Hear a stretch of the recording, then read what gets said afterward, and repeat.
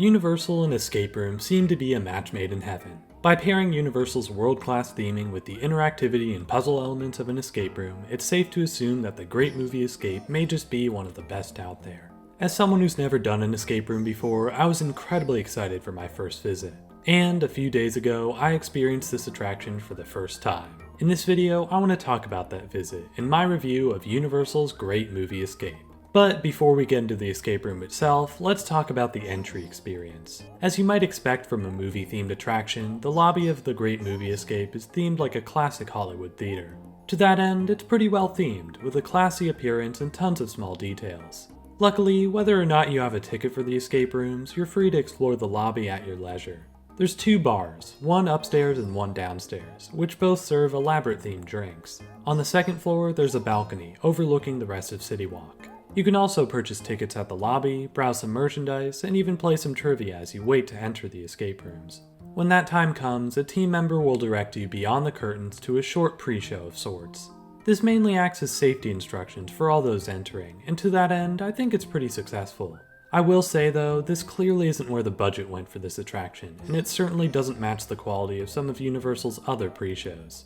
Not that it needed to really, but I figured it was worth mentioning regardless. Now, a few notes in advance if you're planning on going yourself. Firstly, I have only experienced Back to the Future out of time, and have yet to try out Jurassic World Escape. I've actually heard the Jurassic World side is superior, but again, I wouldn't know for myself.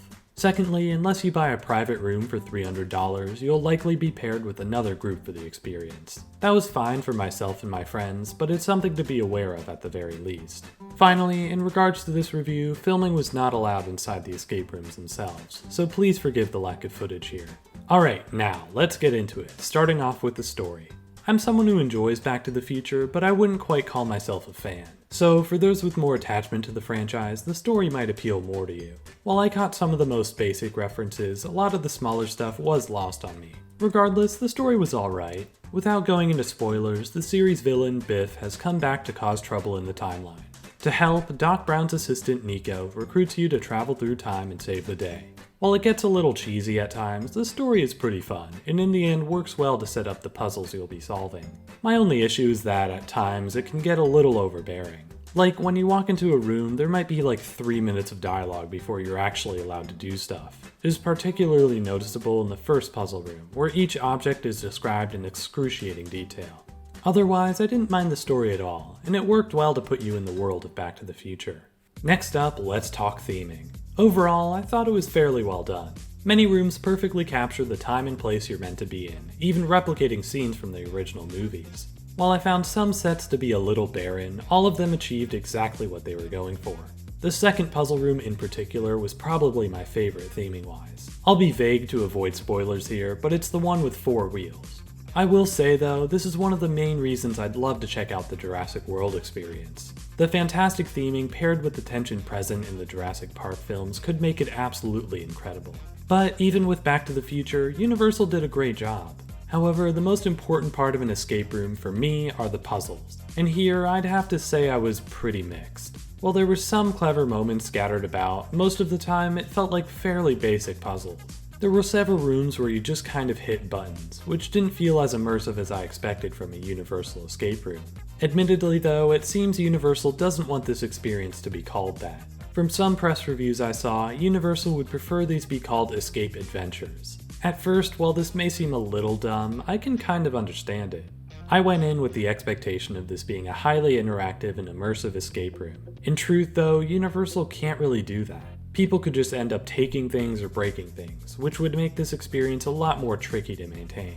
Not to mention, Universal has to make these rooms appeal to as many people as possible, considering how busy their resort is. Essentially, while I may be let down by the puzzle elements, it makes sense why it is the way it is. Universal is a resort that appeals to everyone, so this could never be a typical escape room.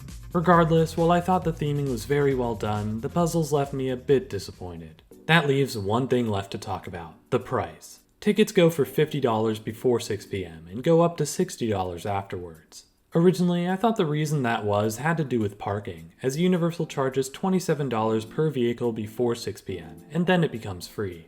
Thankfully, however, parking is actually included with your ticket, which is a great perk considering the price. If I had to guess, the post 6 p.m. price increase is likely taking into consideration people exiting the parks, where most customers will be willing to give this experience a shot. Even so, while initially I thought this was a pretty good deal, I'm not as convinced now. For context, right now a one-day one-park ticket for either Universal Studios or Islands of Adventure costs anywhere from $109 to $159. For a large chunk of that price, I'm just not sure the Great Movie Escape is worth it. It's certainly a fun time, but for me, it doesn't compare to the far superior experiences available at either park. While prices will likely get lower as time goes on, I'll probably be waiting a bit longer before experiencing Jurassic World Escape. Now, I know that was a lot of negative at the end there, but I would still say this was a good time. It may not be my favorite thing Universal has ever done, but it wasn't bad by any means. As long as you go in with proper expectations, you'll likely have an even better time than I did. In fact, most people seem to enjoy this a lot more than I did. Especially for fans of either franchise, I could see this being a new favorite stop at the resort. Personally though, I came out of the experience a little more mixed. For more on Universal, check out my tier list of every ride at Universal Studios. Thanks so much for watching, and I'll see you all next time.